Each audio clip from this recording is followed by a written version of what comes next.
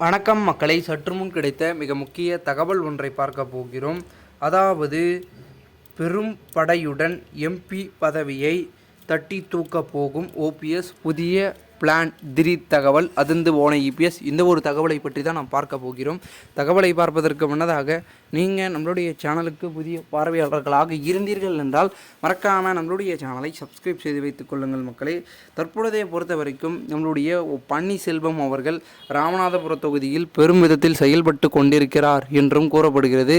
அதாவது ஒட்டுமொத்தமாகவே இருக்கக்கூடிய அனைத்திந்திய அண்ணா திராவிட முன்னேற்ற கழகத்தின் ஆதரவாளர்களையும் வாக்குகளையும் அதன் பின்னணியில் இருக்கக்கூடிய முக்கிய புள்ளிகளையும் தன்வசம் படுத்திவிட்டார் பன்னீர்செல்வம் என்றுதான் கூறப்படுகிறது.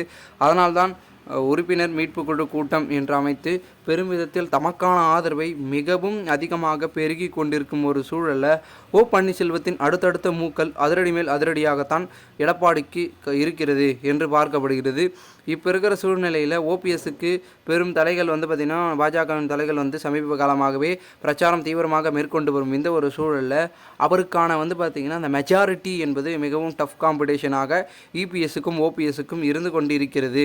ராமநாதபுரத்தை பொறுத்த வரைக்கும் பெரும் வெள்ளத்தில் இருக்கக்கூடிய நம்மளுடைய அதிமுக தொண்டர்கள், அதன் பிறகு நாம் தமிழர், அதன் பிறகு திமுக, மேலும் இருக்கக்கூடிய முக்கிய புள்ளிகளாக அனைத்து கட்சிகளும் இருக்கிறது. இதில் டஃப் காம்படிஷன் யாருக்கு வரும் அப்படின்னு கேட்டிங்கன்னா பன்னீர்செல்வத்திற்கு வருவதற்கு வாய்ப்பு இருக்குது. பெரும் மெஜாரிட்டி தென் தமிழகத்தில் இருக்கக்கூடிய பன்னீர்செல்வம் அவர்களுக்கு ஆதரவு என்பது அதிகமாக இருக்கிறதுனால அதை வச்சு அவர் பார்த்திங்கன்னா பலவிதமான விஷயங்கள் மூலமாக, வாக்குறுதிகள் மூலமாக அவருக்கு வாக்குகள் என்பது அதிகமாக வரும். ஆனால் சிக்கலே எங்கே இருக்குன்னா, அவரை மாதிரி 5 பேர் இருக்காங்க. பன்னீர்செல்வம் என்று 5 பேர் இருக்காங்க. ஆனால் அவங்களுக்கு சின்னம் வேறு. அந்த சின்னத்தை பார்த்து பொதுமக்கள் பார்த்திங்கன்னா இந்த பன்னீர்செல்வம் வரிசையாக இருக்கும் அந்த வாக்கு வங்கி மிஷினில். அதில் கரெக்டாக போடுவாங்களா அப்படின்னு கேட்டிங்கன்னா அதில் தான் சிக்கலாக இருக்குது. எல்லா இடத்துக்கும் பார்த்திங்கன்னா குடைச்சல்கள். எடப்பாடி தொடர்ந்து கொண்டிருக்கிறார். எடப்பாடியின் பார்த்திங்கன்னா ஒரு பிளானாக தான் இவங்க வந்திருக்காங்க. அந்த 5 பேருமே டம்மி வேட்பாளர்கள் வந்திருக்கிறார்கள் என்று கூறப்படுகிறது. இந்த ஒரு சூழ்நிலையில் அடுத்த கட்டமாக என்ன நடக்கப் போகிறது, என்ன மாதிரியான விஷயங்கள் என்று ஒரு பக்கம் பதற்றத்தை ஏற்படுத்தியிருந்தாலும் கூட தற்சமயம் இது பெருமிதத்தை காட்டிக் கொண்டிருக்கிறது அப்படின்னு தான் சொல்லிட்டு இருக்காங்க. மேலும் இந்த ஒரு சமயத்தில் பன்னீர்செல்வத்திற்கு ஒரு பெரும் படை ஒரு பக்கம் உருவாகிட்டு இருக்கு அப்படின்னு தான் ராமநாதபுரத்தில் சொல்லப்படுது. ஓகேங்களா? ஏன்னா தேனியிலே ஒரு பக்கம் ஓபிஎஸ்க்கு பெரும் ஆதரவு இருக்கும், அங்கும் அவருக்கு ஒரு படை இருக்குது. ஸோ அதே ஒரு கட்டமைப்பை ராமநாதபுரத்திலே உருவாக்கணும் அப்படின்னால மோதி கொண்டிருக்கிறார்கள். இப்போ கூட ஒரு பக்கம் நம்மளுடைய சமீபத்தில் பார்த்திங்கன்னா அண்ணாமலை அவர்கள் பார்த்திங்கன்னா ஒன்று பேசியிருப்பதாகவும் கூறப்படுது. அதாவது எடப்பாடி பற்றியும் அதிமுக கட்சியும் பற்றியும் தாக்கி பேசியிருந்தார் கடுமையாக.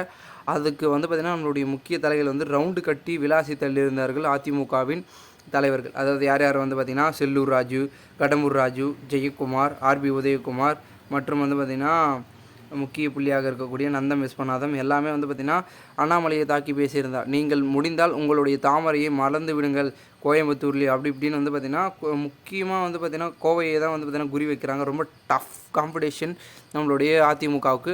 நாங்கள் தான் பார்க்குறீங்களா, நீங்கள் தான் பார்க்குறீங்களான்னு மோதல் என்பது மோதிக்கொண்டிருக்கிறார்கள். ஆனால் கோவையில் திமுக இருக்காங்களா இல்லையான்னு கூட தெரியாமல் இருக்கிறது. ஏன்னா அதிமுக பாஜக தான் செய்திகளும் சரி கருத்து கணிப்புகளும் ஒரு பக்கம் வந்து கொண்டிருக்கும் இந்த ஒரு சூழலில் என்ன நடக்கப் போகிறது இந்த ஒரு தேர்தல் அப்படின்றத நம்ம பொறுத்திருந்து பார்க்கலாம். மேலும் இதுபோன்று நீங்கள் அரசியல் சார்ந்த தினசரி உண்மை நிலவரங்களாம் தினசரி தெரிந்து கொள்ள நம்மளுடைய தமிழகத்தின் அரசியல் யூடியூப் சேனலில் சப்ஸ்கிரைப் பண்ணிவிட்டு கூட இருக்க பெல்லைக்கான ஆளில் செட் பண்ணி வச்சுக்கோங்க. அப்போ தான் நம்ம போகிற வீடியோ உங்களுக்கு நோட்டிஃபிகேஷன் மூலமாக உடனுக்குடன் வந்து கொண்டே இருக்கும் என்பதனை தற்பொழுது தெரிவிக்கிறேன். நன்றி, வணக்கம். சேனல் பக்கத்துடன் இணைந்து கொண்டே இருங்கள்.